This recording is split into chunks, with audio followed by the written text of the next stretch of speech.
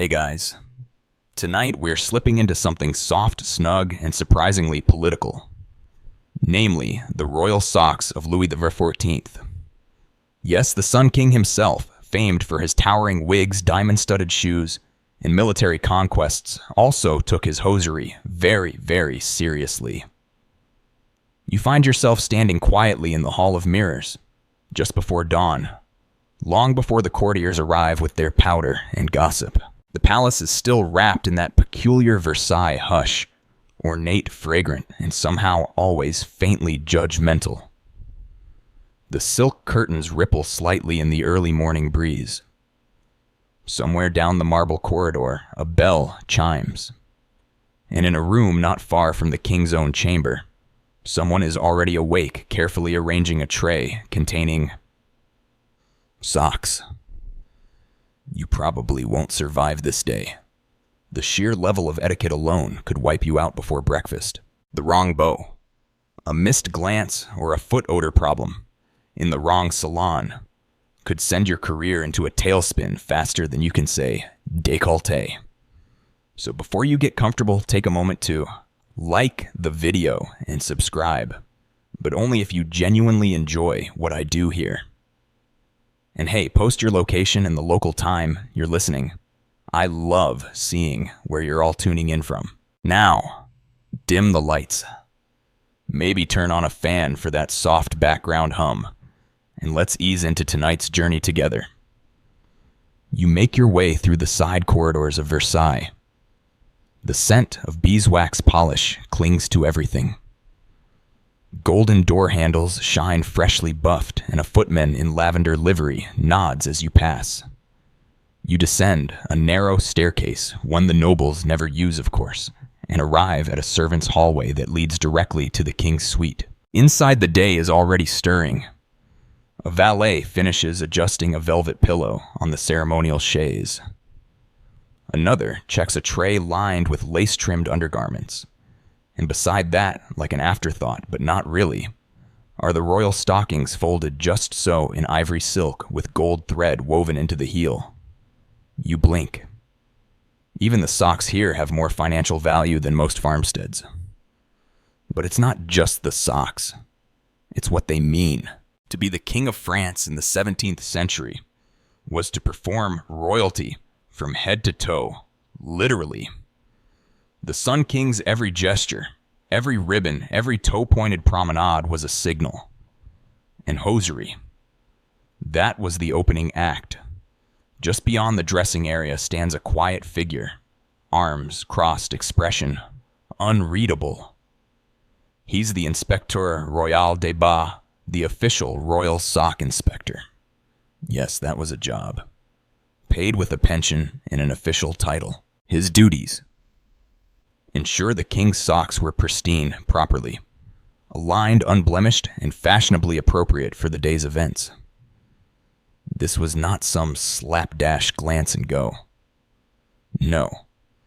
He would unroll each sock, examine the stitching, the elasticity, though they didn't call it that yet, and ensure there were no shames, that is, small flaws, visible when the foot was crossed or lifted in courtly dance. A missed spot could result in court snickering, or worse, being outshone by a duke from Toulouse. You lean in and watch as he gently lifts a stocking, running his fingers down the seam. He pauses, then turns to the valet with a tiny shake of the head. Not this one. Too loose at the ankle. It won't do. Another pair is brought. A better pair. One with tighter weave and a discreet embroidered sunburst near the toe, just in case Louis felt like flashing it during the evening's minuet. You can't help but admire the commitment. At this point in time, France was projecting cultural dominance through aesthetics. Versailles wasn't just a palace. It was a theater, and Louis XIV was its director, producer, lead actor, and lighting designer, all rolled into one. His socks. Just another line in the script. Outside, trumpets blare faintly. The courtyard comes alive. Horses clop across cobblestones, and powdered footmen scurry to line up for the morning's lever, the royal awakening ceremony. You, however, linger in the quiet chamber of cloth and lace, watching the ritual unfold at sock level. The sock inspector finally nods, satisfied. He folds the chosen pair over his arm like a sacred relic. The valet gently lays them out beside the king's shoes, which themselves have golden heels and tiny rubies sewn into the leather. You shake your head slowly. It's not just a morning routine, it's a runway. And in that quiet moment before the king awakens, you realize something oddly profound. This obsession with clothing details isn't vanity, it's control. Louis ruled through spectacle, and even his socks had a role to play. You take a seat on a nearby stool, letting the hush of the palace wrap around you like a velvet curtain. And you wait like everyone else for the footsteps of royalty to cross the threshold, and for those very important socks to finally make their royal debut. The chamber grows tenser as the moment approaches. You can feel it in the way the valets stop fidgeting, in the way the sock inspector folds his hands just so, in the way even the dust motes seem to pause mid-air, because the King Le Roi Soleil is about to wake up, and no one, not even the man who irons his undergarments, dares to be casual about it. Then soft footsteps, a rustle of silk.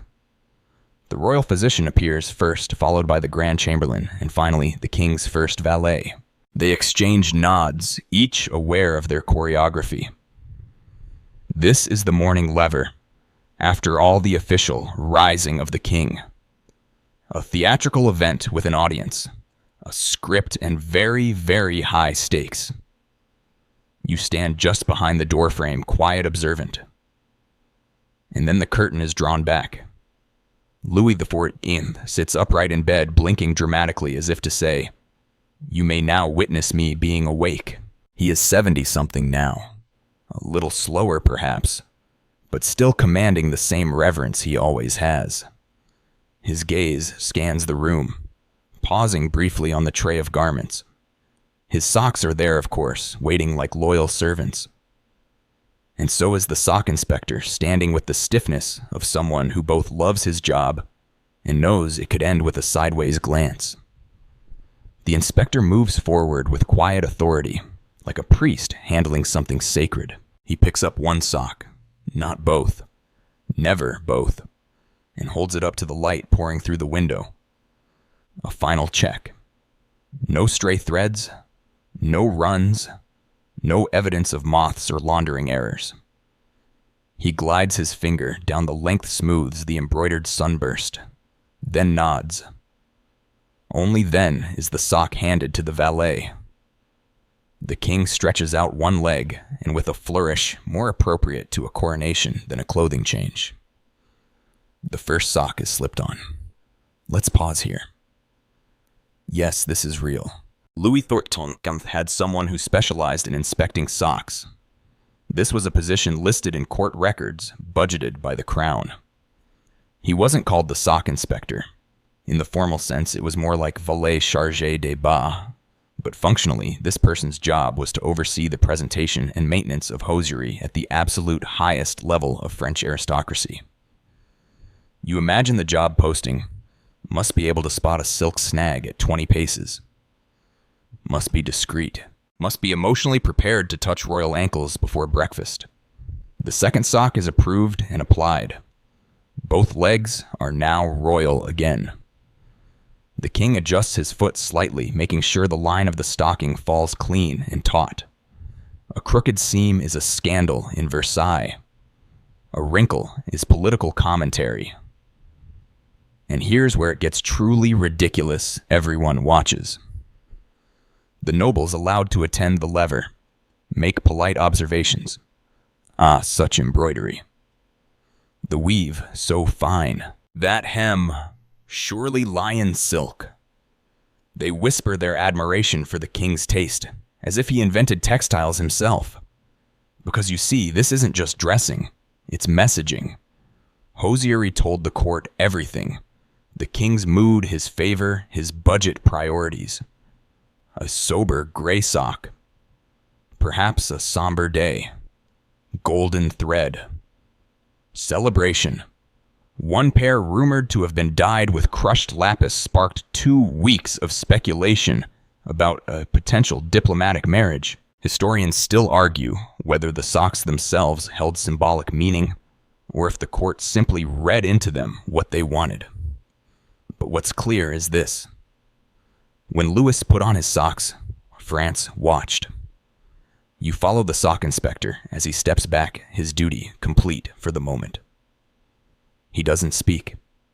He simply returns to his place near the wall, folding his hands behind his back, serene. He's a man who knows the value of quiet excellence. You trail behind him.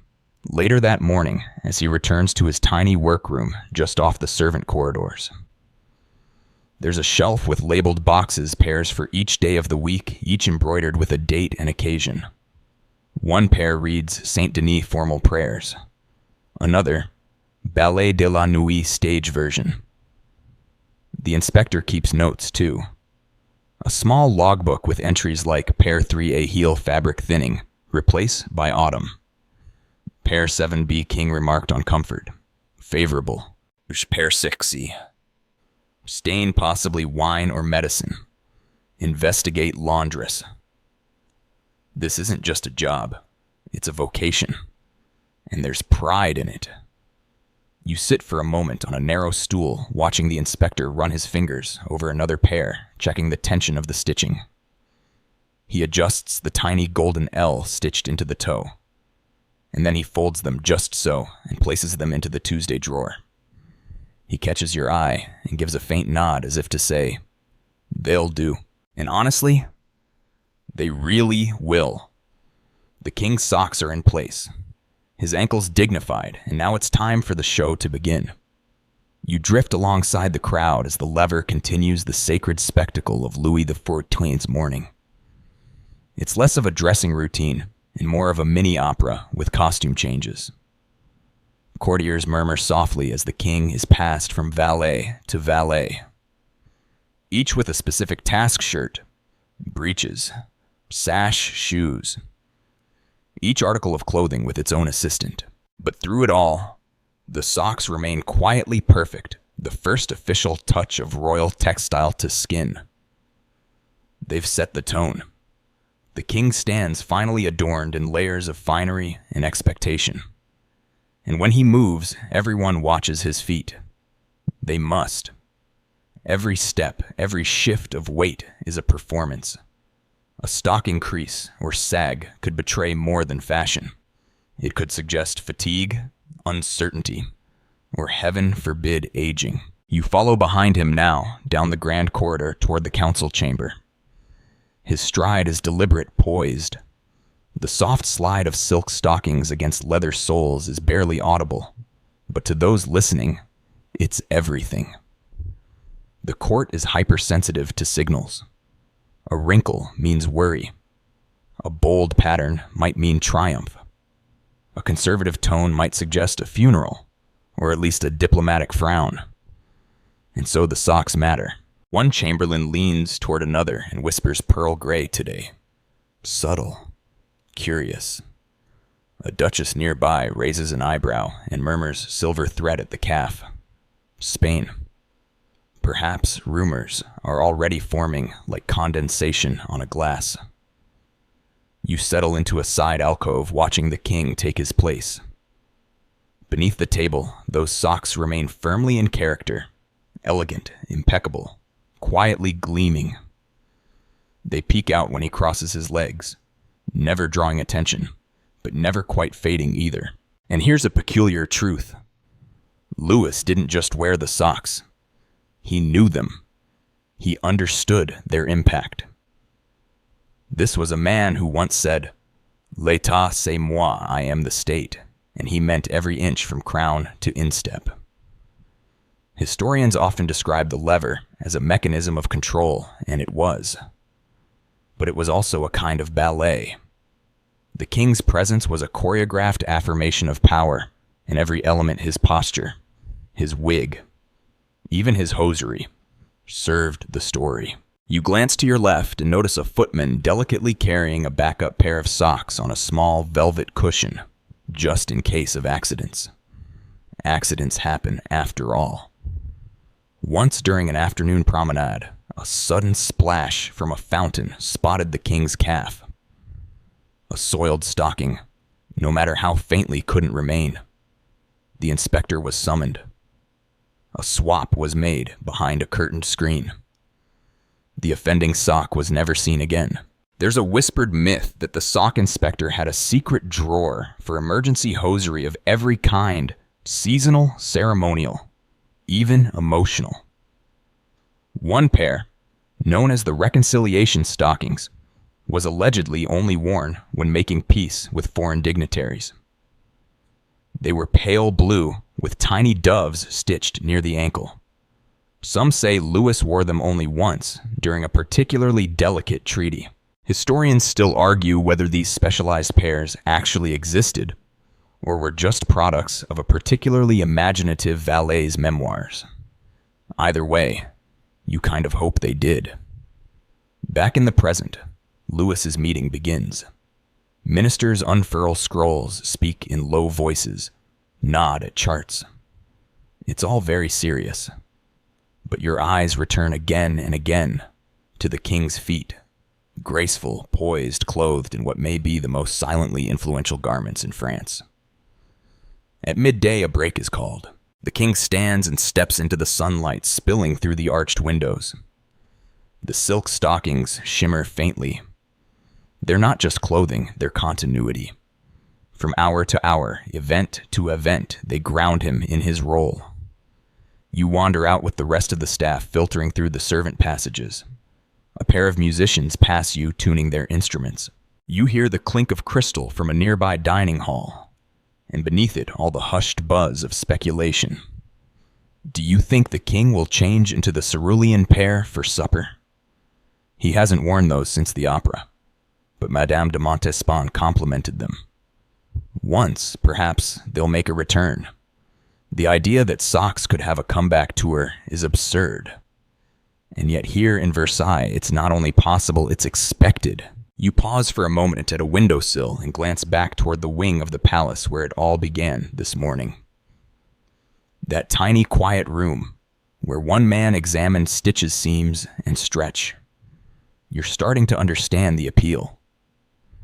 Because in a world as gilded, theatrical, and unstable as Louis XIV's court, something as simple as a perfect pair of socks, consistent, soft, beautifully made, might have been the closest thing to peace. Afternoon sunlight slips lazily across the marble floors of Versailles, bouncing gently off gilded mirrors and polished silver doorknobs. You follow the rhythmic patter of embroidered heels as the nobility glides into position for their post-luncheon promenade.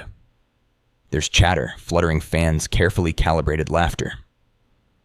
But beneath the silk brocade and cloud-like wigs, an unexpected detail draws your gaze. Socks, or more specifically, stockings as status symbols. You settle onto a garden bench near the edge of the orangery, and there it becomes unmistakably clear. No two noble ankles are alike. One gentleman's stockings are pale green, stitched with golden bees. Another flaunts crimson thread woven into soft Florentine lace, his shoes barely trying to hide the ornate cuffs beneath. The marquise walking past you wears pale lavender hose with pearl-trimmed garters. She knows they're visible. That's the point. Because in Louis XIV's court, socks were more than fabric. They were proof. Proof of fashion, of funding, of favor. Back in the early 1600s, before Louis reigned supreme, hosiery had been practical, a woolen necessity for warmth and dignity. But as the Sun King rose, the court changed.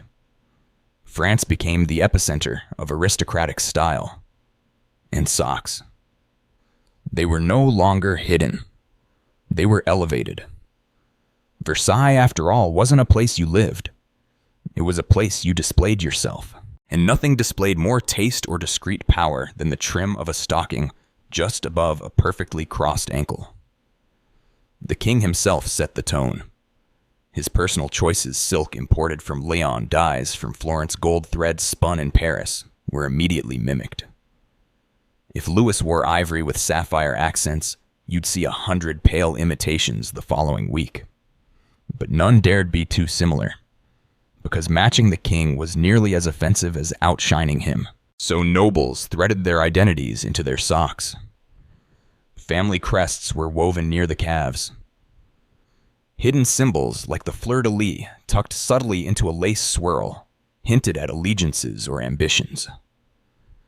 There's a rumor that one courtier stitched the initials of his secret lover into the heel of his stockings.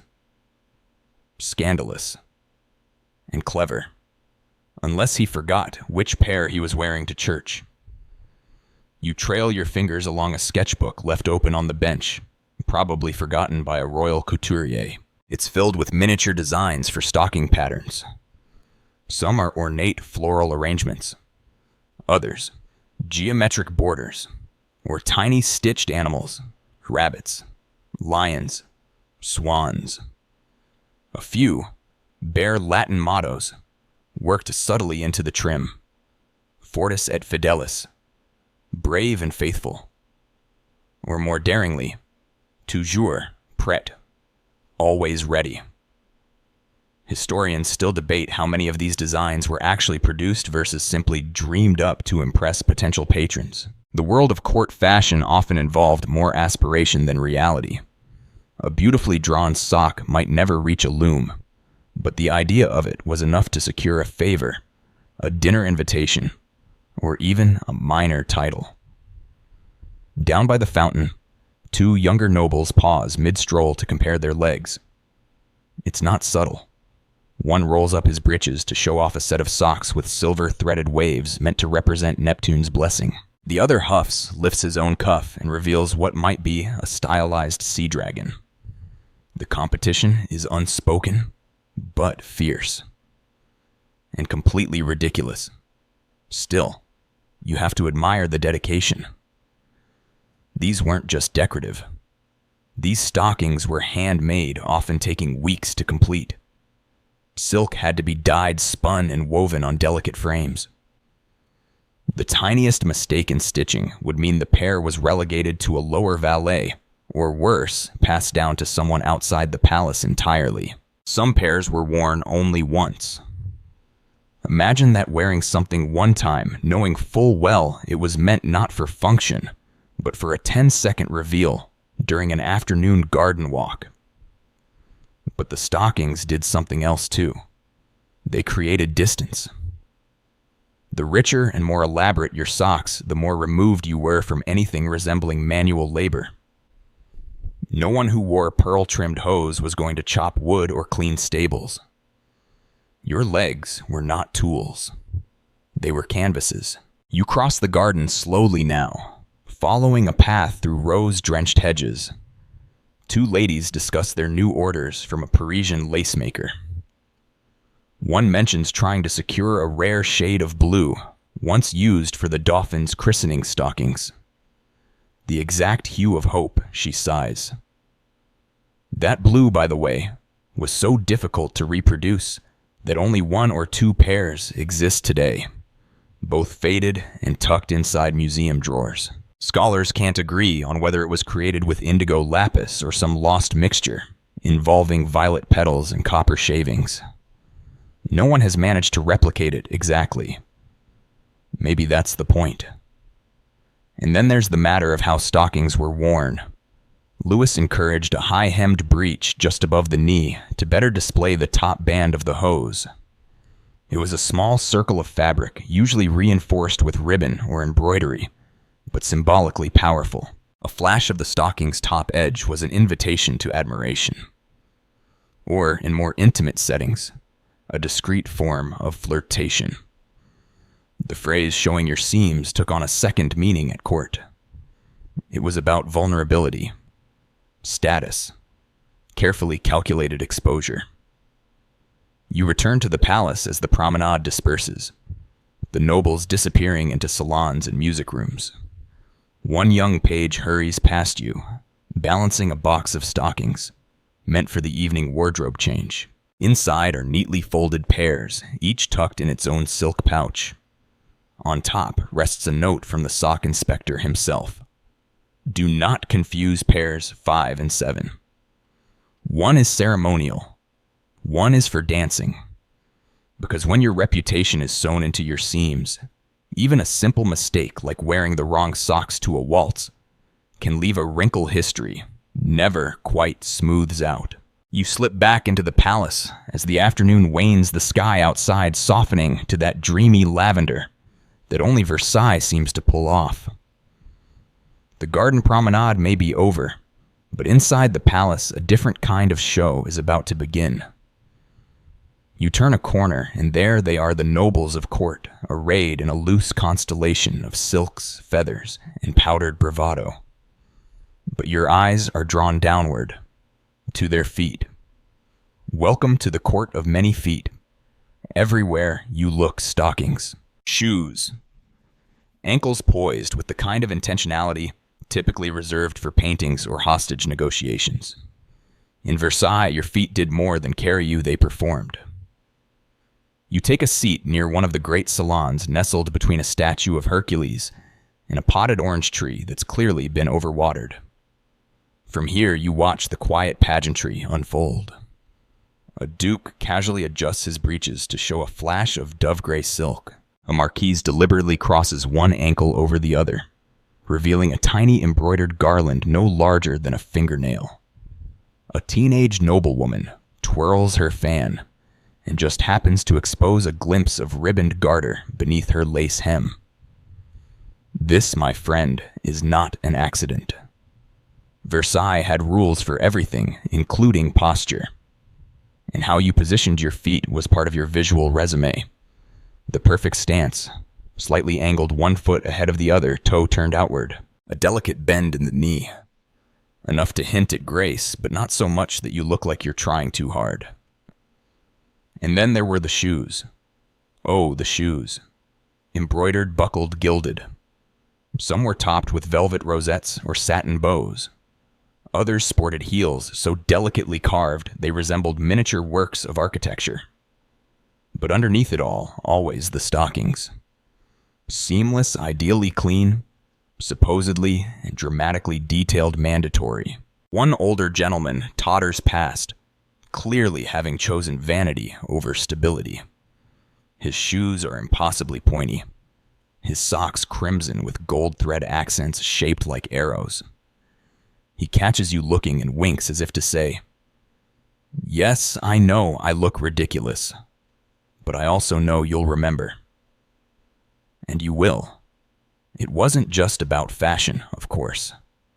Feet had meaning. In courtly dances, the placement of a foot could symbolize boldness, submission, flirtation, or intent. A misstep wasn't just clumsy. It could be misinterpreted as disrespect. That's why some nobles practiced their foot positions in private. There are accounts of courtiers hiring dance instructors just to perfect their entrance walk for a single soiree. One baron reportedly had a floor map painted in his dressing room, so he could rehearse gliding in from various doorways. You spot a noble couple rehearsing just that soft murmurs, a delicate foot sweep a pause to adjust her stocking seam. The woman's hose are ink black, a rarity at court, traced with silver vines and tiny stitched birds. Her partners are sapphire blue, flared slightly at the cuff, and probably imported from Italy. They take their steps seriously, even in rehearsal. You imagine their room back home, full-length mirrors, practice shoes, maybe a discreet stack of stocking catalogs. The sock inspector, of course, watches all this with polite detachment. He doesn't comment. He doesn't fawn, but his eyebrow lifts slightly at the sight of a clumsy hem roll or a visible heel wrinkle. He sees it all. You suspect he keeps a mental list of who's letting their hosiery standards slip. And let's not forget the servants. Valets, footmen, and chambermaids all wore stockings too, though not as lavish. Still, their ankle game mattered. A well-fitted pair of modest hose could mark a rising servant. Too much flair, though. You'd be accused of getting ideas above your station. Historians still argue whether the obsession with foot fashion was consciously imposed by Louis, or simply evolved from the hypervisibility of Versailles life. But there's no denying that by the 1680s, the court was entirely ankle-aware. In the Royal Opera, it reached new heights. Costumes featured elaborately laced leggings. Principal dancers would receive special sock commissions. One performer famous for portraying Apollo allegedly had golden sunbursts stitched into his stockings, each ray perfectly symmetrical. It was a triumph. He also tore one during a leap and had to be rescued mid-act by two valets with a spare pair and a discreet folding screen. You wander down the marble gallery where portraits line the wall. Look closely and you'll see the footwear. A count's dainty buckle, a duchess's pointed slipper, a prince's ankle angled ever so artfully. Even the official court painters knew what's on the feet matters. There's a whisper of conversation near the grand staircase. A young nobleman is being gently rebuked by his aunt for showing too much calf in the chapel. It's a house of God, not a cabaret, she chides. He rolls his eyes and pulls his breeches lower barely. You continue your stroll, admiring the chaos. There's something comforting in the court's predictability. No matter what happens in politics, in family squabbles, or in the ever-shifting hierarchy of salon gossip, one thing remains the daily theater of feet. The sock inspector returns to his corner perch, arms crossed, eyes scanning seams. He doesn't speak. But he sees the story in every stocking. The triumphs, the fumbles, the quiet rebellions. And so do you.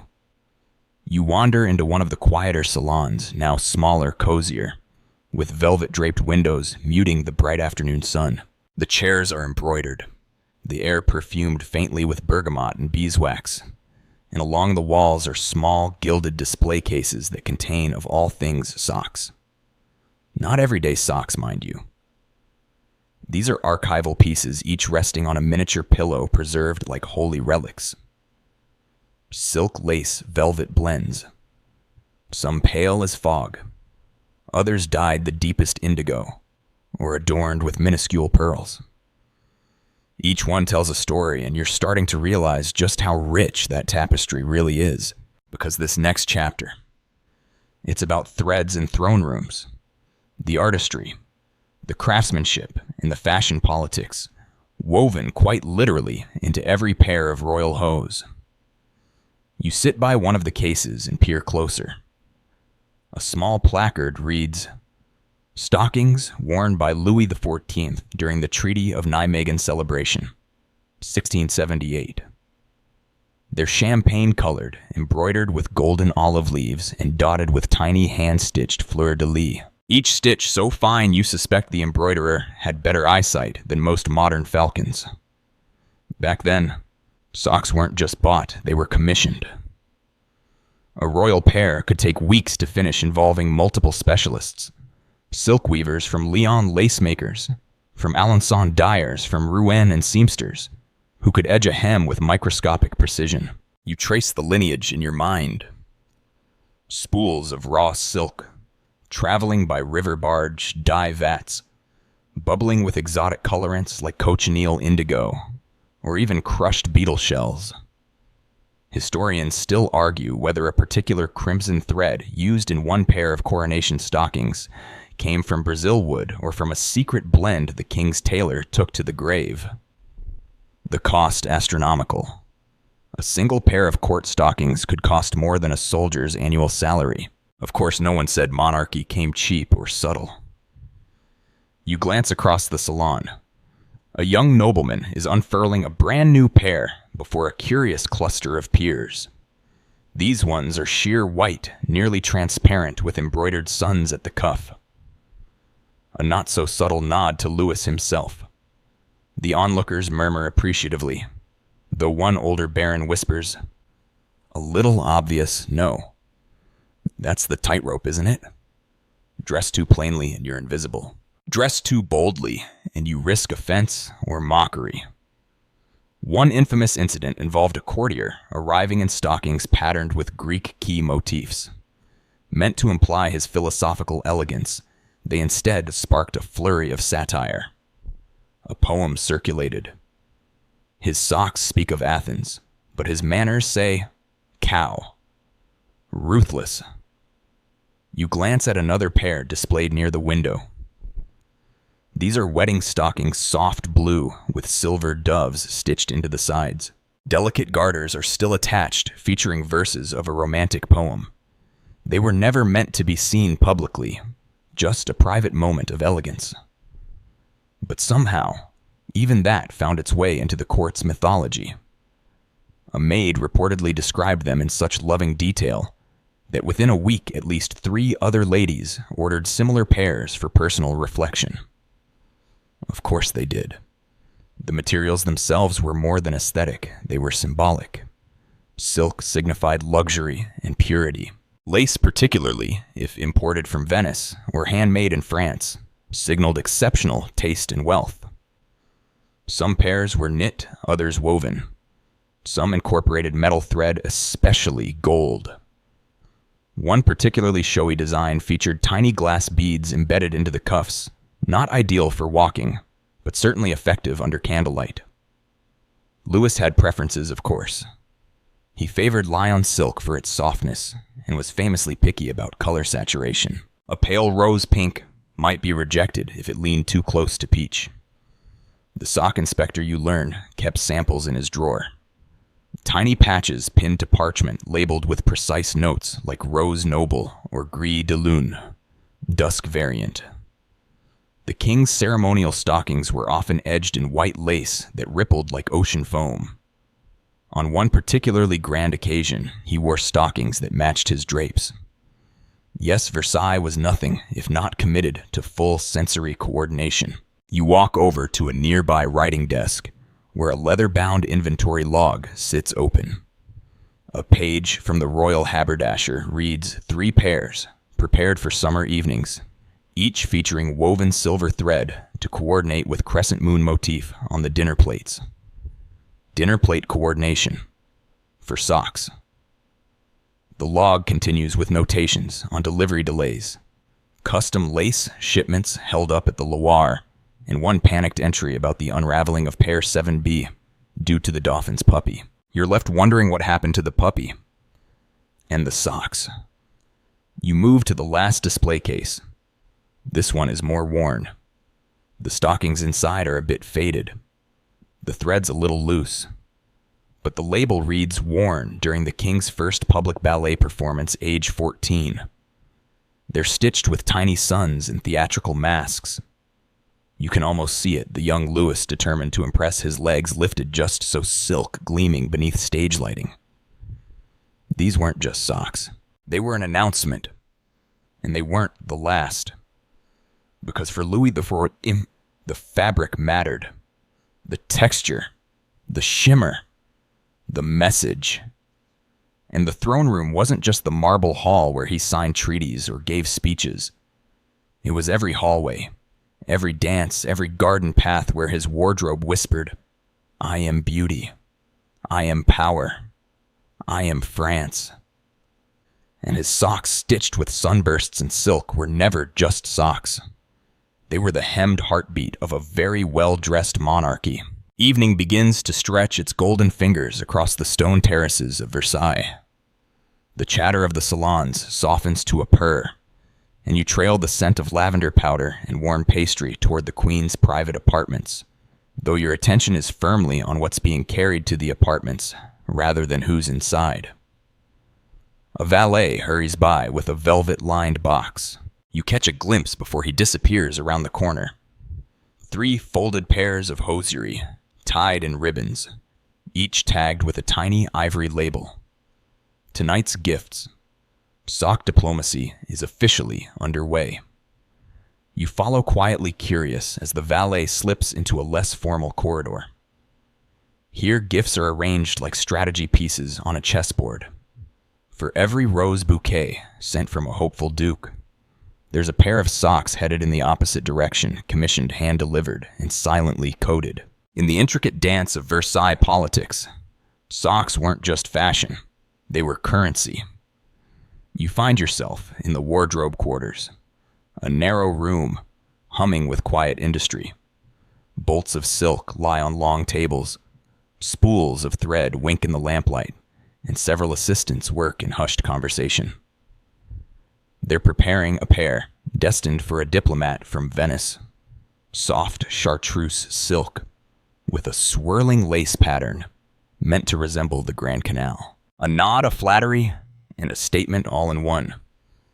This pair isn't for the king, but it bears his signature taste. Louis didn't just use alliances and treaties. He used elegance. He used fabric. He used socks. It wasn't uncommon for foreign ambassadors to return home with a pair of royal hosiery, officially a gift, unofficially a warning. We value you, but don't forget who styles whom. Sometimes it worked. A particularly flashy pair, sent to the Spanish court in 1679, white silk with gold-trimmed cuffs and embroidered olive branches, was worn by the ambassador at 3 separate functions in Madrid. Everyone recognized them. Versailles had made its mark. Historians still argue whether these gestures were coordinated by the king himself or by his advisors. But most agree Louis understood symbolism. When he gave a pair of stockings, he gave a footnote in the story of power. Back in the corner of the room, you notice a ledger pages stiff with ink and candle wax. It lists recipients. Duke of Savoy, 2 pairs, silver toe, lace edge, delivered in person. Swedish envoy, wool silk blend mid-calf length, for cooler climate. English noble refused silk. Provided linen pair, considered slight. Refuse silk bold move. Of course, it wasn't only foreign figures receiving hosiery. Court members, too, found themselves on the giving and receiving end. A rising noble might present the king with a rare dyed pair from Flanders as a show of devotion. One baron is rumored to have offered the king a set of stockings woven from silk carried overland from Persia by hand. Whether true or not, the king wore them during a diplomatic luncheon. The baron was promptly granted a new title. A quiet transaction sealed with stitches. You walk with the valet now as he makes his rounds. He delivers a box to a duchess known for her connections to the queen. Inside dove gray stockings with a faint violet edge. She smiles, faintly, glances at the color and says nothing. But you know what it means. Thanks, perhaps. Or forgiveness. Or a quiet reminder of her place in the pecking order. It wasn't always so smooth. One notorious scandal unfolded when 2 court ladies received identical pairs of socks, each believing theirs was unique. The embroiderer was swiftly fired. The king feigned ignorance, and for a full month the court teetered on the edge of a fashion-fueled Cold War. You slip into a music room, now quiet and dark, and sit beside a harpsichord. A musician nearby tunes lazily humming to himself, unaware of the little dance that just unfolded in the hallway. The court above may shimmer and scheme, but here it all rests lightly in the air. Still, even among the musicians, sock diplomacy had its reach. There's an oft-repeated tale of a violinist who caught the king's attention during a performance, not through skill, but through a pair of forest green stockings that matched the upholstery in the royal salon. Louis, delighted by the coincidence, commissioned a matching vest. The violinist was promoted, and his socks retired framed and hung behind the servant's wine cabinet. No one dared wear green in that shade for a year. You stand feeling the quiet power of the story. Fabric, after all, lingers. A hem can haunt. A well-timed thread can elevate a career or end one. As you head back toward the main palace halls, the corridor is empty. Just a faint candle flicker and the muted sounds of dancing from the distant ballroom. One last valet passes you, cradling another velvet box. This one, you're told, is for a visiting Austrian dignitary. Midnight blue silk with tiny fleur-de-lis stitched into the cuff. The king won't say anything when it's presented. He doesn't have to. The thread will speak for him. The moon hangs like a polished pearl above Versailles now, and the palace begins to shift into its nighttime rhythm. Candles are lit by the dozens harpsichords, whisper lullabies from hidden salons, and the scent of lavender oil drifts lazily through the corridors. You, however, are on a very particular mission tonight to shadow the man with perhaps the strangest and most specific job in France. It's time to step into the shoes and socks of the royal sock inspector. You find him not in a grand salon or bustling corridor, but in a surprisingly modest chamber tucked behind the king's wardrobe room. It's tidy, sparsely furnished, and filled with drawers, dozens of them. Each labeled in perfect script: ceremonial, winter hunting days opera, formal pairs, and charmingly mildly rainy afternoons. You raise an eyebrow. He nods without smiling. It's serious business. He doesn't speak often. He doesn't need to. His movements are precise, almost meditative. He opens a drawer, selects a pair at random pale gold, trimmed with green leaf lace, and begins his inspection. He unrolls them slowly, eyes narrowing fingers, gliding across the silk surface like a man reading Braille. Each pair undergoes a multi-step process. First, the fabric test, running his fingers along the grain to check for snags pilling or inconsistency in the dye. Then the elasticity check, a gentle stretch near the cuff to see if the weave has relaxed too much. He frowns slightly. This pair is fine, but not perfect. It's moved to the second-tier drawer. The inspector reaches into a box marked pending repairs. Inside, a pair of off-white stockings with a slight tear near the heel. He notes the damage in a logbook, dates the entry, and sets them aside. Heel strain from carriage exit, he mutters mostly to himself. You glance at the logbook. Each entry is dated, labeled, and often accompanied by a comment. Performed well under pressure. Or, color faded prematurely. Speak with dyer. Sometimes there are mysterious notations like pair, showed signs of emotional wear. You pause. Emotional wear. You decide not to ask. His tools are simple. A small velvet-covered board to stretch the sock flat, a narrow brush to dust off residue, and a pair of delicate silver tweezers for what you're not entirely sure. Errant threads, perhaps.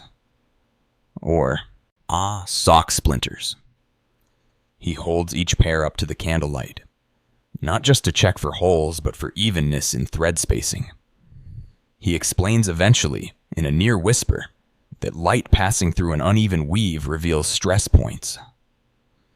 You nod, pretending this makes sense, though it seems more like hosiery divination. But it works. The man knows his socks. His day is governed not by hours, but by the king's limbs. The lever in the morning. The midday promenade. The pre-dinner wardrobe change. And of course, the coucher. The royal bedtime routine where the king, yes, even then, required fresh stockings. Even bedtime was a performance. Comfort mattered. But so did dignity. And the sock inspector. He was there for all of it. You follow him as he makes his evening rounds. He stops by the valet's station and swaps out 2 pairs of tomorrow's options. Apparently the weather calls for something lighter. He checks the embroidery against the day's schedule. No hunting, no diplomatic meetings, just prayer and music. A perfect day for a simple design. Then, with the solemnity of a librarian returning a rare tome, he carries the chosen pair, light silver with white embroidery, to the king's valet. Tomorrow's pair, he says softly. The valet nods, accepts the offering, like it might sing hymns if squeezed too tightly, and places it gently in the royal wardrobe. You glance over at the sock inspector. He seems satisfied. This small moment, a handoff of silk, means everything in his world. And there's a rhythm to it all. He knows the king's preferred texture, cuff height, degree of heel support. He keeps measurements. Yes, there are sock measurements filed in a little notebook bound in red leather. There's even a chart tracking elasticity over time so he can predict when a pair will become too loose at the ankle. Science meets fashion. Historians still debate whether the sock inspector had real political influence. Some believe his proximity to the king afforded him quiet power.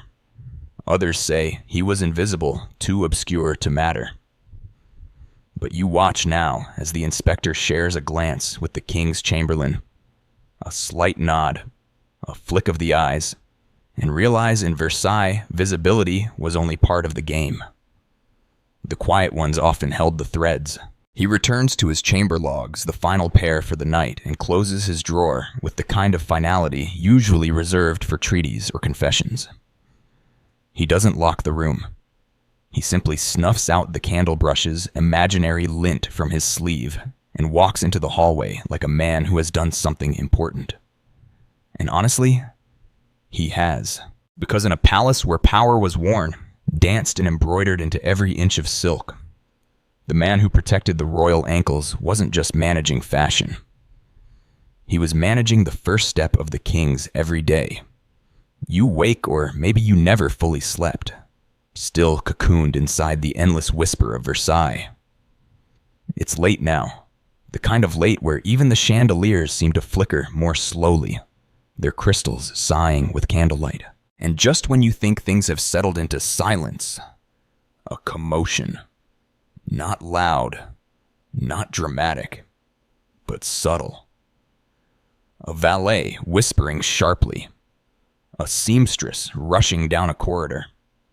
A page ducking into a linen closet with wide eyes and a bundle of fabric pressed to his chest.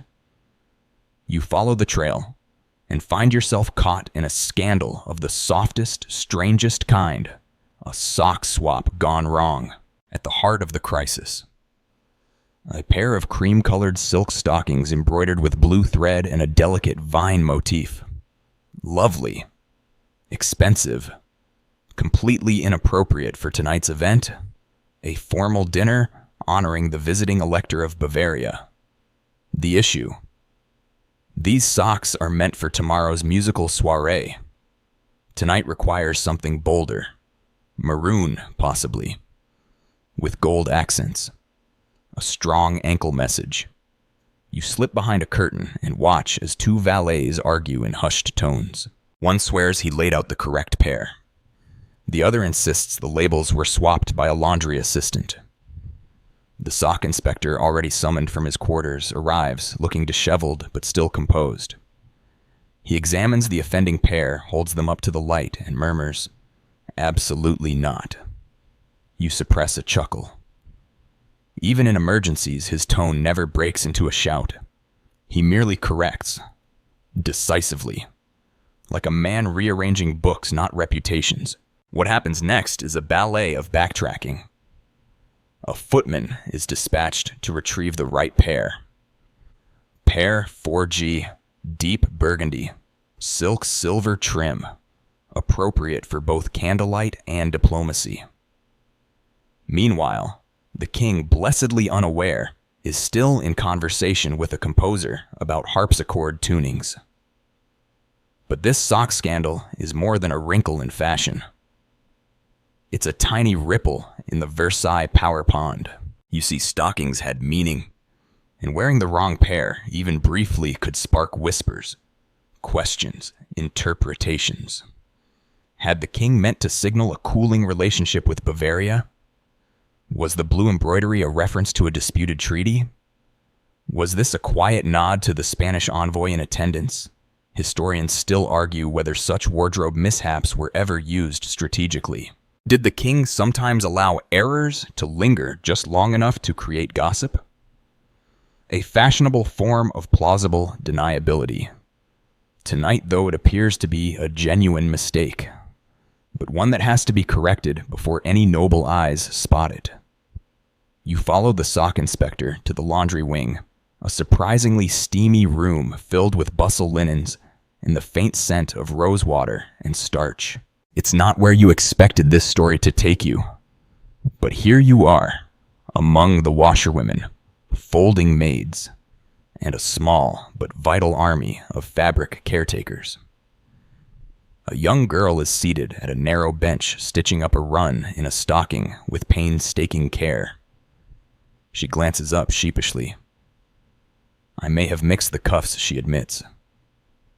They looked the same in the candlelight. The inspector doesn't scold. He simply nods, takes the faulty pair, and hands her a tagged sample for comparison. The vine motif curls left on evening pairs, he explains gently. Morning vines curl right. You blink. Morning vines. Evening vines. Sock choreography has choreography. Back in the wardrobe, the correct pair is finally laid out. The king, now dressing for the evening, slips them on without comment. The embroidery catches the light. The silver trim winks. The court will interpret this as deliberate, graceful, correct. The sock inspector steps back once again, invisible. You pause by the wardrobe cabinet, fingers brushing the edge of the abandoned mistake. It's just fabric. A few grams of silk and thread. And yet in this world it held the power to send whispers down gilded corridors. One valet leans against the wall, exhaling. That was too close, he mutters. The last time the wrong socks were chosen, it took 3 weeks to calm the Archbishop of Rhymes. You raise an eyebrow. 3 weeks, he nods. Gold garters during Lent. Scandalous. Apparently ecclesiastical foot fashion is not to be trifled with. You think of all the near misses that must have gone unnoticed. The silent saves. The last-minute swaps. The meticulous matching of hue and mood. The sock inspector's real job, it seems, isn't just to check for holes. It's to protect the king from meaning things he didn't mean. Because in a palace that runs on perception, where one eyebrow raise or color shift might tilt alliances, a simple piece of clothing carries immense weight. You return to your chamber and lie back on the settee, listening to the faint echoes of the evening's music. The king is dancing now, feet moving lightly, his stockings flawless, his signals correct. But somewhere quietly tucked into the wrong drawer is a tiny mistake that almost became a message. The music has drifted into softer, slower cadences. Now strings and harps, plucking gently in the background, like sleepy raindrops on polished marble. Candles have melted halfway down their gilded stems, casting flickering halos across painted ceilings. But even as the night deepens, the business of socks is not quite done. Because tonight, the court must walk a very fine line, literally. And that brings us into the strange, slippered world of when socks meant loyalty. You join the guests gathering for the king's supper, an event less about food and more about stagecraft. Everyone watches everyone. Every angle of a breech fold, every ruffle, every nod, measured and interpreted like scripture. But tonight, it's the stockings that speak loudest. Why? Because this evening's gathering honors a recent military victory, and with it comes an unspoken expectation to dress in the king's colors, a display of unity, of obedience, of courtly choreography. The colors, crimson and gold. You watch discreetly as nobles check each other's ankles. Most comply. Crimson silk glimmers under silver-buckled shoes. Gold garters peeking like secrets. But not all. A handful of courtiers, ones with unclear allegiances, wear neutrals. A couple even sport pale blue. Risky. In Versailles, fashion could be politics. And socks were the quietest rebellion of all. You sit beside a column in the supper room, observing the pairings. The Duke of Maine, Always loyal, wears stockings so brilliantly red they nearly hum. Lady de Noailles compliments him in a gold-threaded pair that glitters every time she shifts in her seat. They're a team, visually harmonious, flawless. But the Comte de Lauzun, he's wearing plain beige, subtle, bland, safe. Or is he saying something historians still debate whether these fashion choices were strategic, accidental, or mere laziness? But within the machinery of court etiquette, even inaction had consequences. Not wearing the king's colors was a statement, even if you didn't mean it to be. There were formal rules, too. The king occasionally issued wardrobe guidelines for specific events. While never enforced like laws, they were observed like scripture. Violating them meant more than raised eyebrows. It meant possible exile from favor, or worse, from visibility. Imagine walking into a room and no one seeing you. No glances, no invitations. Fashion and visibility in Versailles was social death, and color was everything. Red implied boldness, royalty, and vitality. Blue meant discretion, thoughtfulness, occasionally melancholy. Black, while stylish, risked being read as protest. White meant innocence, or sometimes naivety. And green difficult. Earthy, yes, but also associated with hope, which in Versailles was always complicated. One infamous tale involves a young viscountess who wore green stockings to a formal dinner the day after a major court appointment was denied her uncle. Some said she meant it as a hopeful message. Others thought it was defiance. The king said nothing, but for weeks afterward, she was conspicuously absent from social gatherings. Coincidence? Unlikely. You notice the sock inspector again lingering near a doorway, watching the feet more than the faces. His gaze is clinical, but something flickers behind it, an understanding that every seam carries intent. He tells you quietly, almost conversationally, that certain noble families had specific patterns stitched into their stockings to affirm loyalty sunbursts for the royal household fleur-de-lis, for regional alliances, or even tiny interwoven initials of favored ministers. Subtle tattoos, he calls them. Worn, not inked. You follow him back into the corridor after supper, where guests begin to disperse into salons.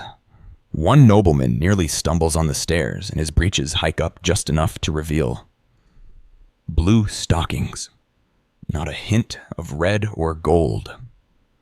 The sock inspector notices. Doesn't react. But you know he's made a note. Back in the dressing rooms, valets begin sorting garments, brushing away crumbs, inspecting seams.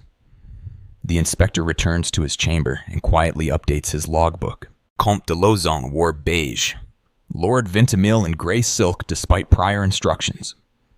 Lady de Noailles, a flawless pair. Likely custom made. Request embroidery cross-check before next week's assembly. You ask him finally what happens to the stockings that fail the moment. The ones worn on the wrong day. The ones that spark whispers.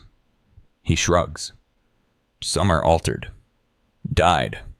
Reassigned. And the others you ask. He closes the drawer softly. They disappear. Because a pair of socks worn at the wrong time could become a story. And not all stories were meant to linger. There's a final ritual before the night truly ends the couture du roi. The king undresses ceremonially, of course, and is readied for bed. The stockings are removed with the same care as they were applied. Folded. Not crumpled. Never tossed. You're allowed to watch from a respectful distance. One leg, then the other. The silk peels away soundlessly. Beneath the king's ankles are pale, slightly indented from the cuffs, but elegant still. His valet smooths the lines with a linen cloth. The sock inspector receives the worn pair, folds them with reverence, and returns them to the quiet shadows of his chamber.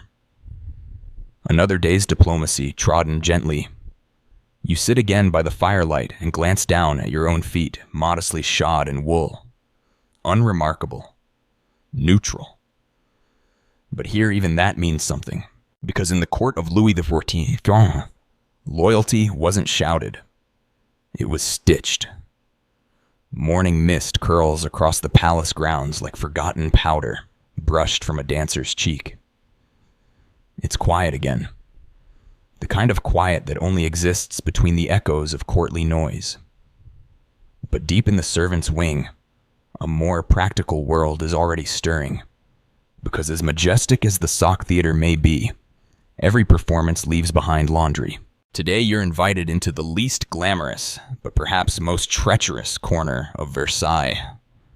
The royal laundry system, where silk stockings are washed, dried, counted, and when things go wrong, interrogated.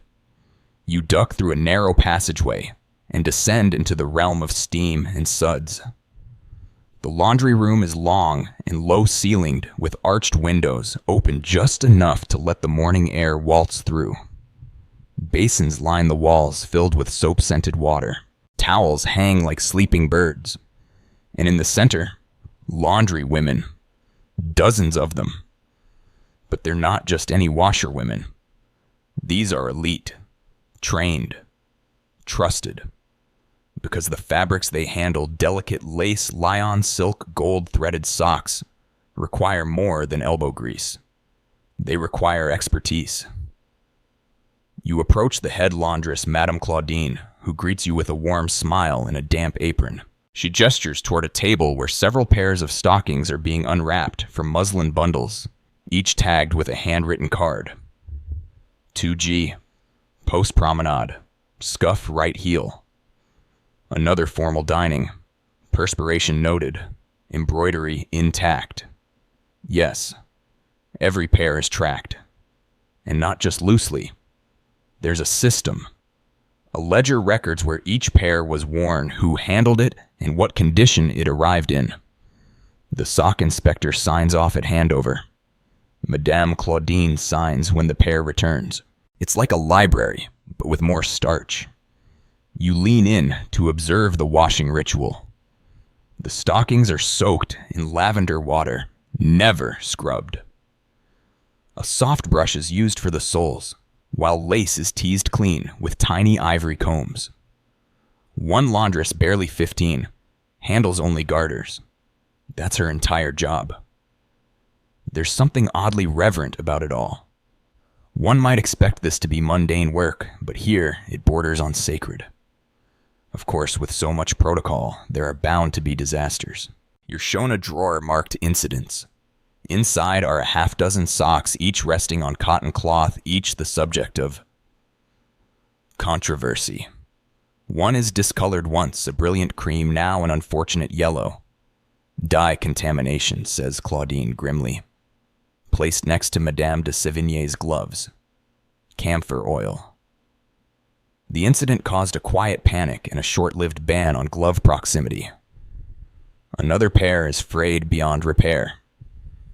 Moth damage, she says. Or so we thought.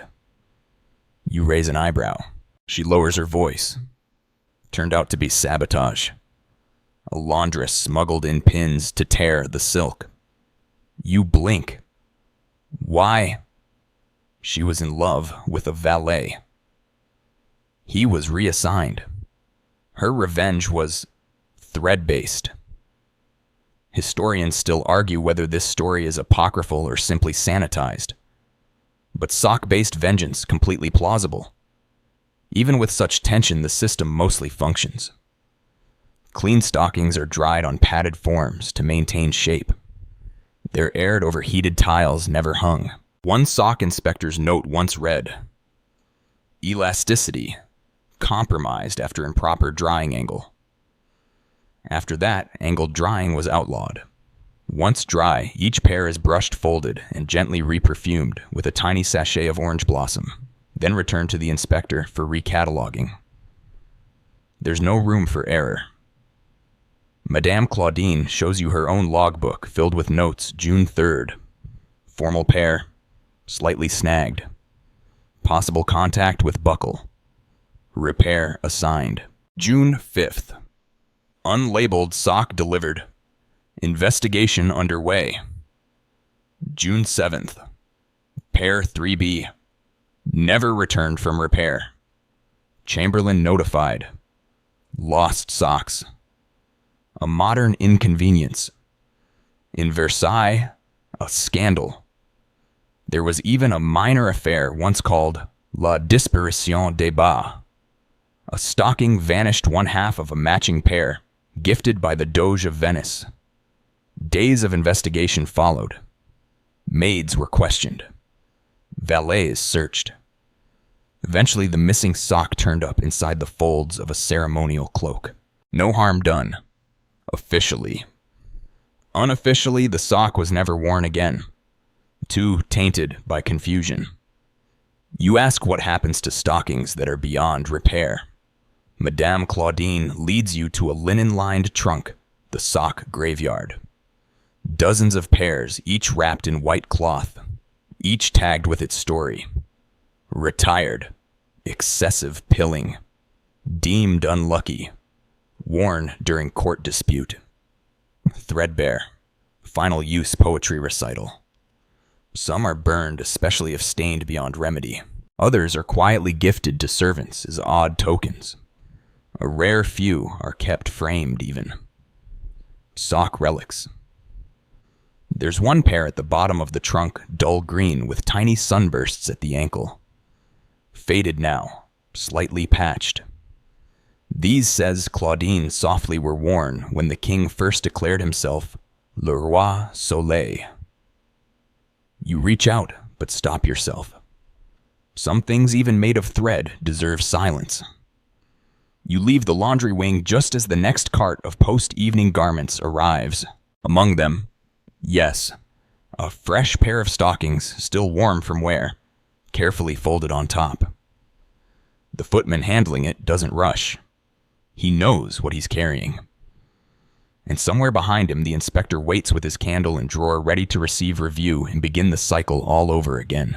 Because long before the speeches, before the powdered wigs and velvet shoes, before the gaze of 1,000 nobles, there is always the quiet rustle of silk, a faint scent of lavender, and the tireless work of those who make royal ankles worthy of their spotlight. The palace is winding down again. Servants sweep the corridors with whispery brooms. A candelabra sputters as the last wax gives way. You slip away from the buzz of laundresses and valets and follow a quieter hallway where the air is cooler, still faintly laced with the scent of polished leather and powdered wigs. This is where we begin to explore a less glamorous, yet oddly fascinating corner of sock history: heels, hygiene, and hallways. Because behind the dazzling embroidery, the garlands of lace, the silks, and stitched sunbursts, there lies an overlooked reality: human feet. Royal ones, certainly. Important ones. But feet all the same. And they sweat. You wander into a small chamber, part medical annex, part grooming space, where a physician sits polishing his spectacles and examining a footstool. This, you learn, is where the king's feet are occasionally examined for signs of strain swelling, or the dreaded friction rash. The stockings, as beautiful as they are, don't breathe particularly well. Add to that layers of formal shoes, tight, narrow, often with ornate heels, and what you've got, essentially, is a gilded sauna for the royal toes. Enter the hygiene regime. A valet quietly explains that Louis XIV's feet were washed daily. Not always by a doctor, often by a trusted servant. Warm water, lavender oil, sometimes chamomile. The king would sit legs extended and allow the ritual with royal stoicism. The socks were removed like a sacred unveiling. Then out came the linen towels and medicinal balm. It wasn't just about comfort, it was about presentation. Cracked heels. Offensive. Unpleasant odors. A diplomatic hazard. Some court physicians even kept detailed logs of royal foot health, tracking things like left arch strain due to excessive minuet steps or slight inflammation near toe from tightened garter. You wonder briefly what modern podiatrists would give for a peek at those records. You're shown a peculiar device, a wooden foot form padded with velvet. It's a mold of the king's feet used by sock makers and shoemakers to ensure precise fit. The king's foot immortalized in soft angles and high arches, quietly resting under a muslin sheet. Then there's the matter of heels. Louis XIV was famously not a tall man. Reports vary, but most agree he hovered just above 5'5", which is perfectly fine until you're trying to project divine authority to a room full of peacocks in powdered wigs. The solution: shoes with heels. Tall ones, painted ones, decorated, lacquered, and carved. Some with miniature pastoral scenes on the sides. Others with hidden compartments allegedly, though that one's probably myth. But no heel worked without the right sock. A silk stocking too thin would rub raw against the leather. Too thick and the shoe wouldn't fit. So every heel had its pair, measured, matched, and catalogued. Sometimes even labeled for red marble salons or suitable for hunting boot. One valet recalls a minor crisis when the wrong pair of socks was paired with a formal shoe. Blistered before dessert, he mutters. The sock inspector made a rare show of emotion that night, an audible sigh. You continue your walk through the inner halls. Here, the floor is scuffed just enough to reveal the real rhythm of the palace. You imagine the shuffle of court dancers, the click of shoe heels, the soft slide of silk against skin. It's almost musical. In one hallway, you spot a servant adjusting a row of tiny stools beside a long bench. These, you learn, are footstools for courtiers, waiting in antechambers. Each stool perfectly positioned, so legs could be displayed at just the right angle. After all, what good is a $100 stocking adjusted for inflation? Naturally, if no one sees it. There were even posture tutors. Yes, actual humans who coached courtiers on how to walk, so their calves flexed correctly under their stockings. Heel to toe, gentle lift, controlled descent. Not too springy, not too soft. The goal: effortless grace. Painful effort, hidden beneath a smile. Historians still debate whether Louis truly walked with the grace he demanded, or if his famed glide was the result of endless practice and carefully chosen sock-shoe pairings. But most agree he moved like a man who knew the room belonged to him, and the room believed it. You duck into a smaller lounge, an unassuming space lined with worn chairs and more practical footwear. Here the off-duty stockings live, not the embroidered gala pairs. These are simpler wool blends for cold mornings, cotton knits for garden walks, each still folded, still maintained, but not meant for show. You lift a pair and feel how soft they are. Less rigid, less rehearsed. One bears a tiny patch neatly sewn and visible from the outside. These socks weren't seen in portraits. They walked real hallways, heard real conversations. Probably a few complaints about heel blisters, too. You settle into a chair near the window and glance out at the shadowed gardens. Somewhere out there, nobles are still parading, still crossing one ankle over another to flash a bit of thread. But in here, the performance is paused. The sock inspector passes by quietly. He doesn't stop, but he nods. Just once. A shared understanding that what you wear closest to the ground might say more than what's perched on your head. Because when your kingdom lives in performance, where every glance is a declaration and every gesture a line of dialogue, the space between your heel and your shoe might just be where truth hides best. You've seen the socks up close, washed, inspected, worn, even politicized. But now you're led into a quieter, more atmospheric wing of the palace where candles glow behind silk shades and every room feels like a still life. Here we enter a world of crafted illusion, socks, and portraiture. The walls are lined with massive oil paintings, each more ornate than the last. Gilded frames, fluted columns, heroic poses. And yet, if you squint past the wigs and the weapons, you begin to notice a quieter obsession ankles.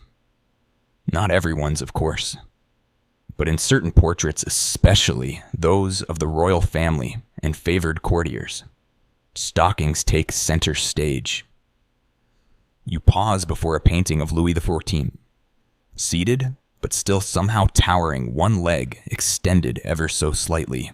His heel rests gently on a plush cushion, and the stocking he wears is unmistakably deliberate white silk, with a shimmer of gold embroidery, and the faint trace of a sun motif at the ankle. It's no accident.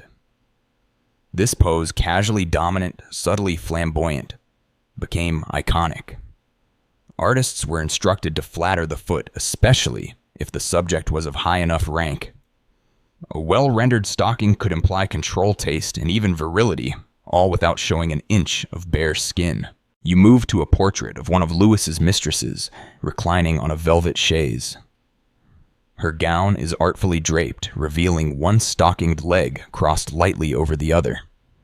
The lace at the edge of her garter is visible just barely, enough to raise eyebrows, but not to provoke scandal.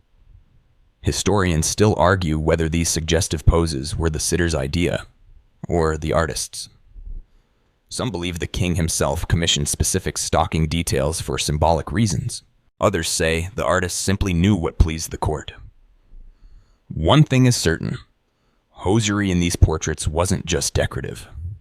It was narrative. You're shown an earlier work before Louis's reign, where the sitter wears thick wool stockings. No embroidery. No lace. Functional. Honest. And honestly a little sad. Compare that to the court portraits of the 1680s, where stockings practically glitter. By then, socks were not just included. They were painted lovingly. A museum guide walks beside you, now pointing out the details. Here, see how the shadow on the calf enhances the curve. Pure flattery. Notice how the light catches only the embroidered edge, that silk thread painted with crushed pearls mixed into the pigment. In this pair, see the tiny lion stitched into the ankle cuff. That was a symbol of provincial loyalty. She pauses at a portrait of the young dauphin. His socks are striped narrow bands of ivory and soft blue. You ask why. To show youthfulness, she explains. Playfulness, but still controlled. A hint of royal innocence. There's one portrait where the subject wears mismatched stockings. A tiny detail hardly noticeable. But once seen, it's hard to ignore. A soft ripple in the image's harmony. Was it a mistake? A secret joke? A symbol of protest? The artist never said. And the sitter died mysteriously the following year. Coincidence Versailles is full of those. One of the most celebrated portraits is known simply as Le Bas du Roi, the king's stocking. It's not a full figure painting. It focuses only on Louis's lower legs, resting on an ornate footstool. The composition draws your eye not to the face or the crown, or even the sword in the background, but to the sock. Silk cream-colored, edged with gold sunbursts. The stitching is rendered so delicately, it seems tactile. Painters say it took the artist over a month to finish just the embroidery. The king loved it. Had it displayed near the private stairwell he used every morning. Even now, the portrait draws you in. Not because of what it shows, but because of what it implies. Even at rest, the king's feet were symbols, emblems of poise, of intention. You wander into a smaller salon. Here, court sketches hang loosely, preliminary drawings test poses.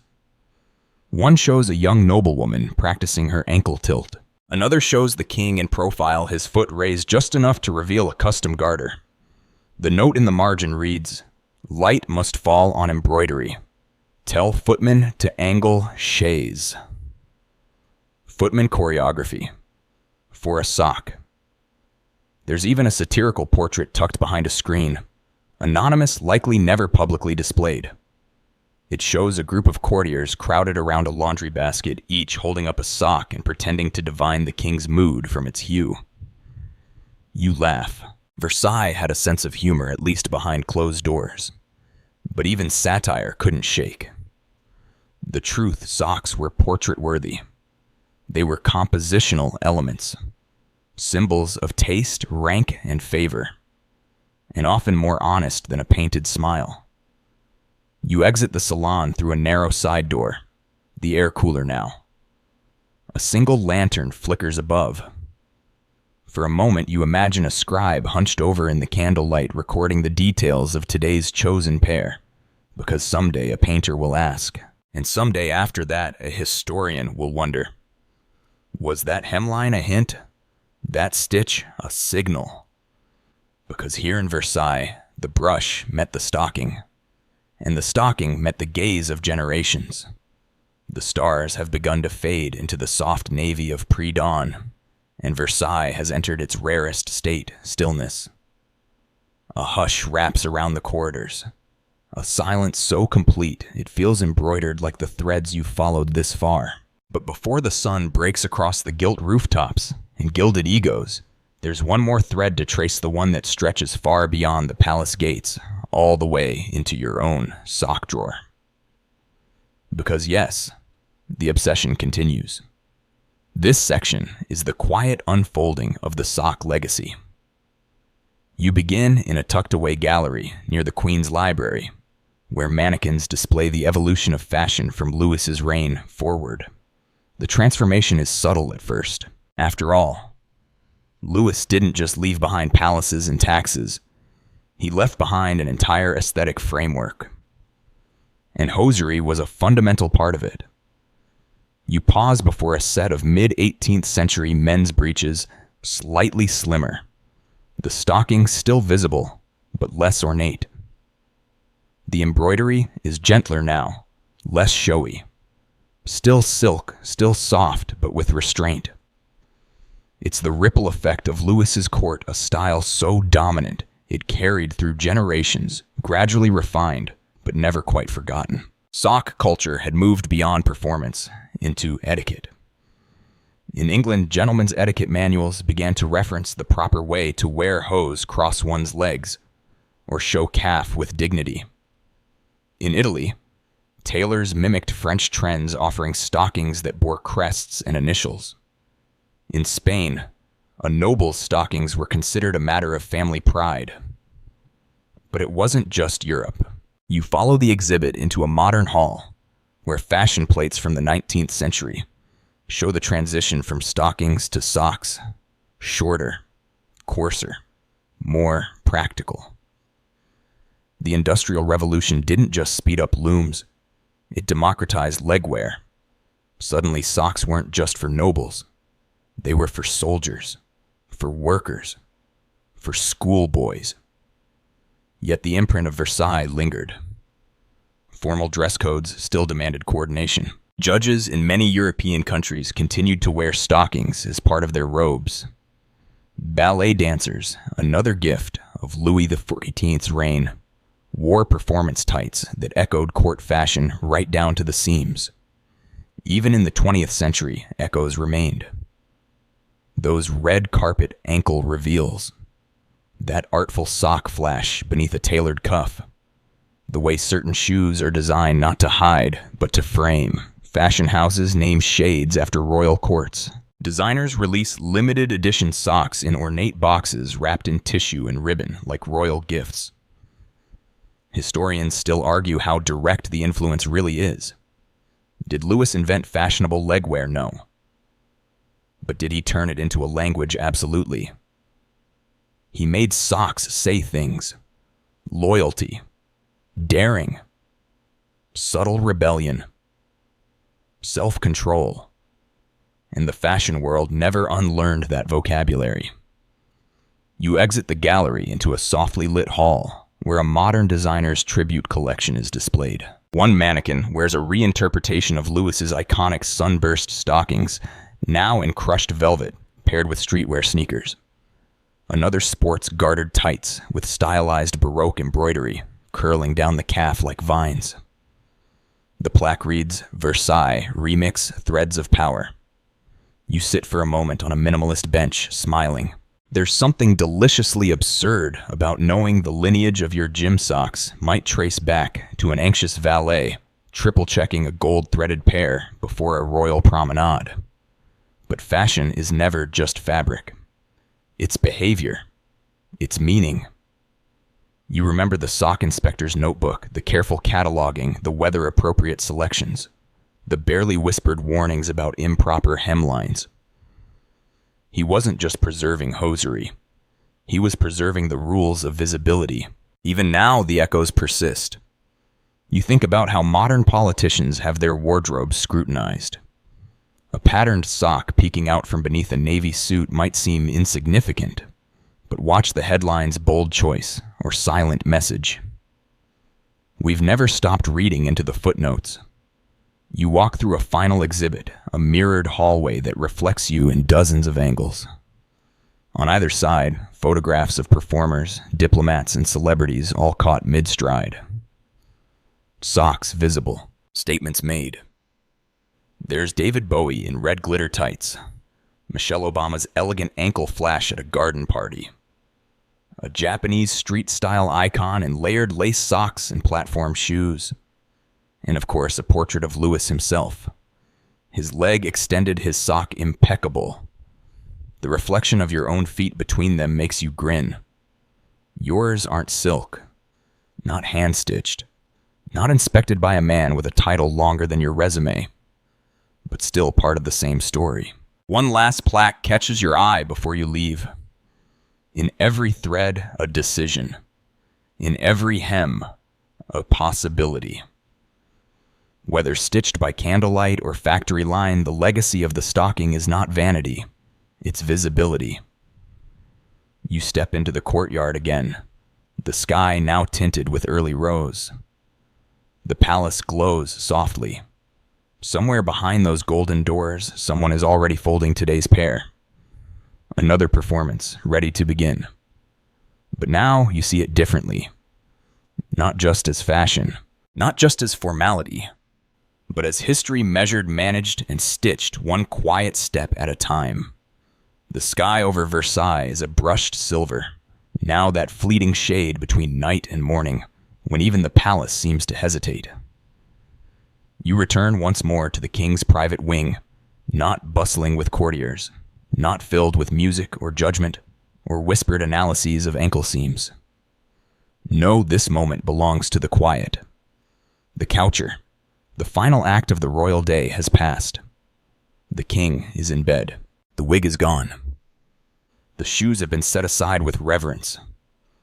And what remains, perhaps surprisingly, is the last pair of socks. You step into the now dim dressing chamber, where a single valet tends to the fading rituals. On a side table lies the evening's hosiery, still warm from wear.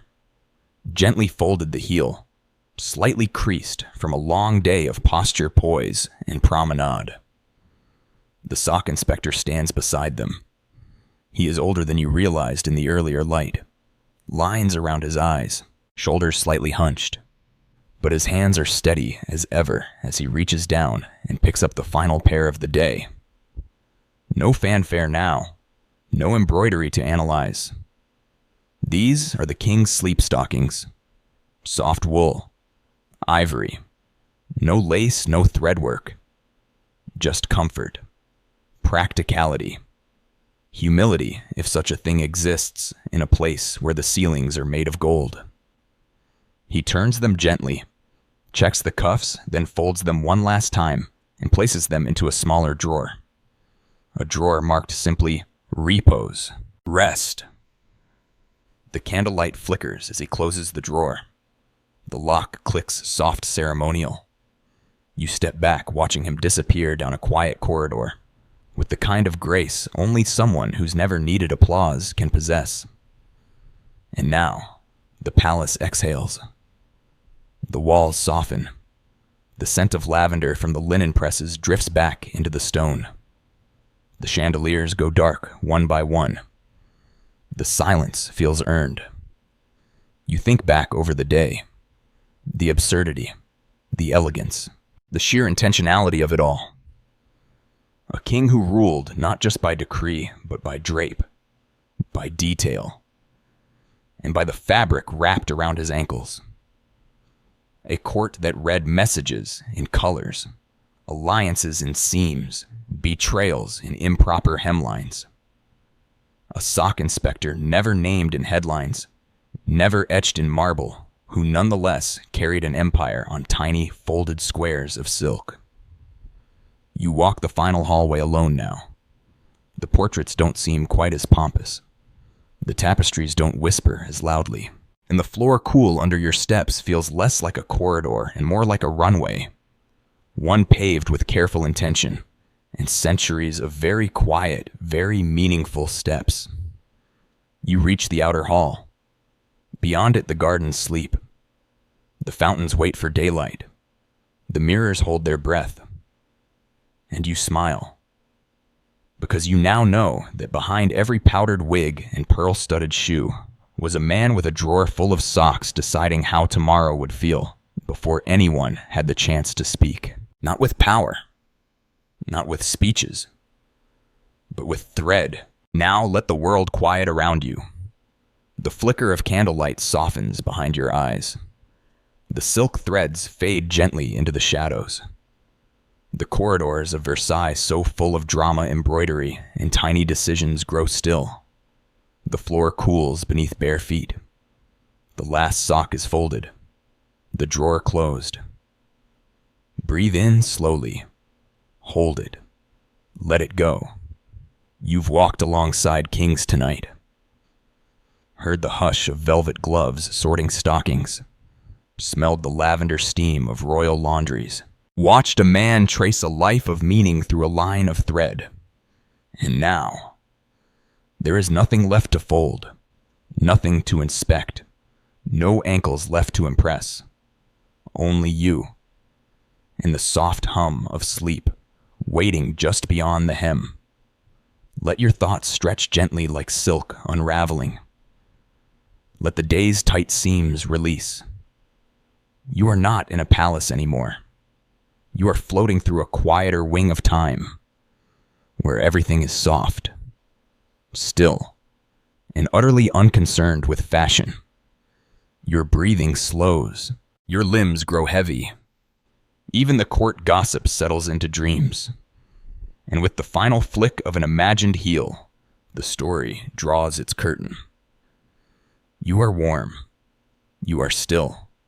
And for tonight, you are gently wrapped in history's softest lullaby. Good night.